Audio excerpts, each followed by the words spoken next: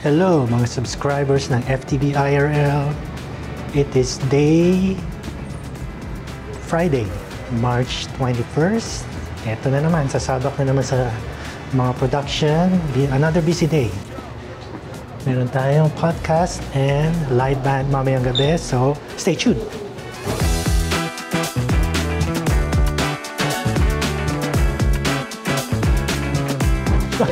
Bakit? Na-stuck yung mic sa akin chest area. Yun. Natanggal na. Mic-an kita. Bakit pag, bakit ganyan pag may guest, ganyan ka mag-mic? Diba? It's a personal thing. Yeah, personal thing. Yeah. Another day, another... Friday TGIF. And, let me show you. Yan, meron na akong shirt. Kasi dati ano yan? Dati nakalimutan ako mag-shirt. Akala ko pinagmamayabang yung shirt. Ayun, late night na naman, may banda live, no? May banda OPM live stream. Ngayon, chill lang, podcast. At kahapon, okay naman, ginabi na rin, nag-barber's cut. So, medyo very passionate na episode. So, check out nyo to. Which is part of the reason where there's collateral damage in the war on drugs. So how do we rehabilitate that? Get to your people on the left to do something so that the majority of you guys can vote for a social safety net. And don't allow the current government to keep stealing funds from the PhilHealth. Passionate sa... Fake news. Fake news. Unang show is... Cherry Mercado Podcast with special guest, Miss Anne Wong. Ba't ako tinuro?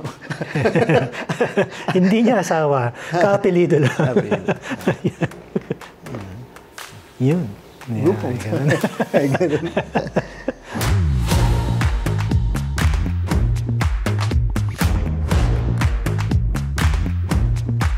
I'm preparing for yung podcast, the weekly Cherry Mercado Podcast.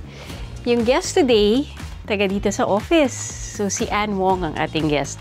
Kasi gusto natin ikutin yung, kung pwede lang, lahat ng Pilipino sa Canada, iupo natin sa podcast para alamin yung storya nila. Ngayon, may challenge yung pag ang guest ko ay kilala ko, kaopisina ko.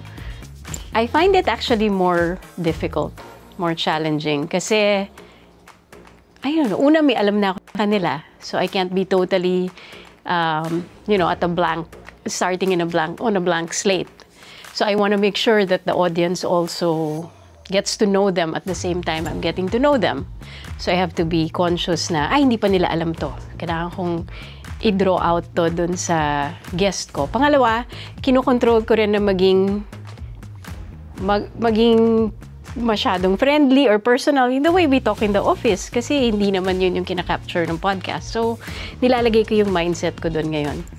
Tapos, naghahanda rin for yung mga gagawin next week, which are mostly correspondence, yung mga email. Kasi may sisimulan tayong bagong series about settlement naman. Yung mga services na even Canadians, yung matagal na nakatira dito, minsan hindi nila alam na may mga ganong services na ipipresent natin dun sa show na yun. Wherever you are, I believe that's the heart does. Hindi ko alam kung tama yung lyrics ko. Ulit. Nung bata ako, 7 years old pa lang ako sa Philippines, palagi kaming gumagamit ng Magic Sing. Tapos kahit hindi ko alam yung lyrics, nakakabisado ko na sa utak ko yung tono nung kay Celine Dion. My Heart Will Go On. Tapos nanood ako ng Titanic nun. Nauna ko munang alamin yung song before ko mapanood yung Titanic na movie. Na-realize ko, hindi pala siya pambata. Kasi, si Jack tsaka si Rose. Yeah. Near, far, wherever you are, I believe that the the heart does go on. Ooh. Anong favorite song mo? Ay, seryoso ka? Huwag kang ganyan. Dami mong bari ah. Oo nga eh. Chinese New Year joke.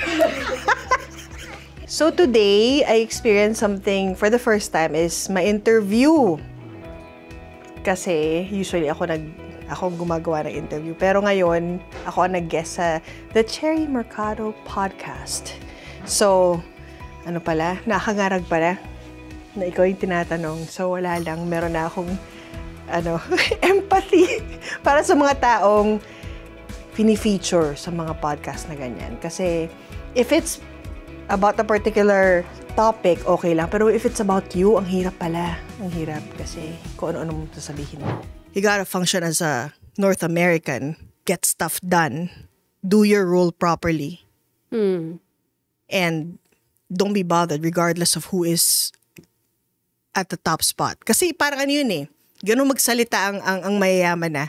Regardless kung sino yung gobyerno mo, kung kaya mo mag-function, as okay ka, shouldn't bother you.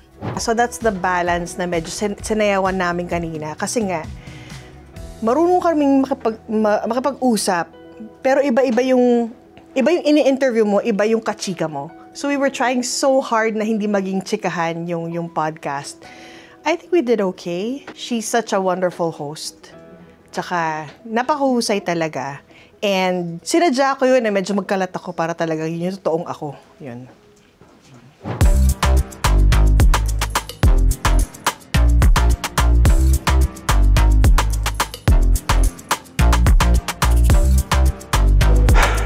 So nagse-set up kami ngayon para sa OPM live stream. And I think last na to, no?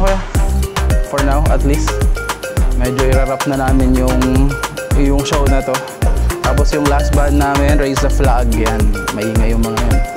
So tingnan natin kung kayanin. Taga-saan ka? Taga-Toronto ako. Sa mga nagtatanong kung taga-saan ako. Masigaw ko sinasabi, taga-Toronto ako. So, kung bakit ko nabanggit yung banda na guest namin is yung tugtugan nila maingay. So, ngayon, iniisip ko. Actually, kanina message ko si Kuya Anjo, sabi ko kung pwede niyang sabihin sa banda, pumunta ng medyo maaga para ma-soundcheck. Kasi, kinakabahan ako sa feedback, lalo pag yung mga banda malalakas. Challenging sa ganito, sa setup namin dito is yung mga house namin, hindi siya ganun kalakas. Tama ba? And so, crucial yung stage volume. So, pag ganito na maiingay yung banda, lalakas magpadulog ng gitara or mabigat yung tugtugan. Usually, lalakas yung mga gitara nun, maingay tumugtog. Minsan, mas malakas pa sila dun sa house. Kaya yun yung nagkakos ng mga feedback. So yun yung tatry nating iwasan mamaya. Kaya tingnan natin kung paano. Pero usually, sa mga ganitong klaseng venue, yun talaga yung mga ganitong size. Or at least dito sa amin, ganun yung pinaka-issue namin eh. Or challenge, ganun.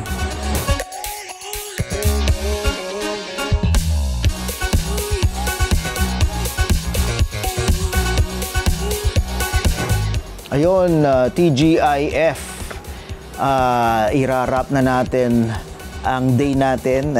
Huling harabas na itong OPM live stream. Medyo taking shape na, and then tulad nga ng sabi ni Kyle, medyo break muna para sa mga gantong live stream ng mga banda. And yeah, looking forward. Maraming mga familiar faces dito mamaya. At check out nyo sa live stream. At wow. Get ready!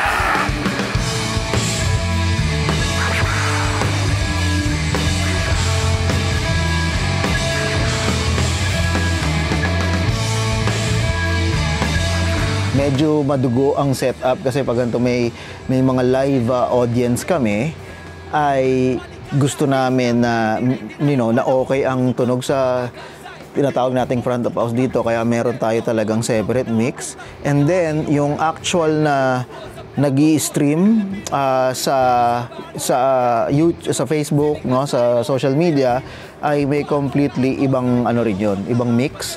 So nakakapraning minsan kasi nga like ang dami mong kailangang i-set up muna o gawin. Like katulad ngayon, kami ni Kyle dito nagse-set up ng mga pinapatch namin, yung mga backline, ito.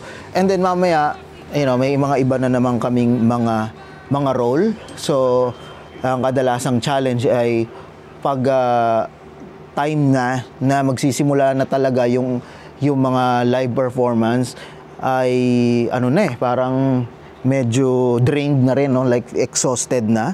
At yun, pero ganun talaga para sa eksena at saka end of the day, at least masaya at magandang pagsalubong para sa weekend. So again, maraming salamat sa mga sumusubaybay dito at nakabuo na naman tayo ng isang linggo ng behind the scenes ng buhay namin dito. Same day edit, araw-araw, and kapit lang.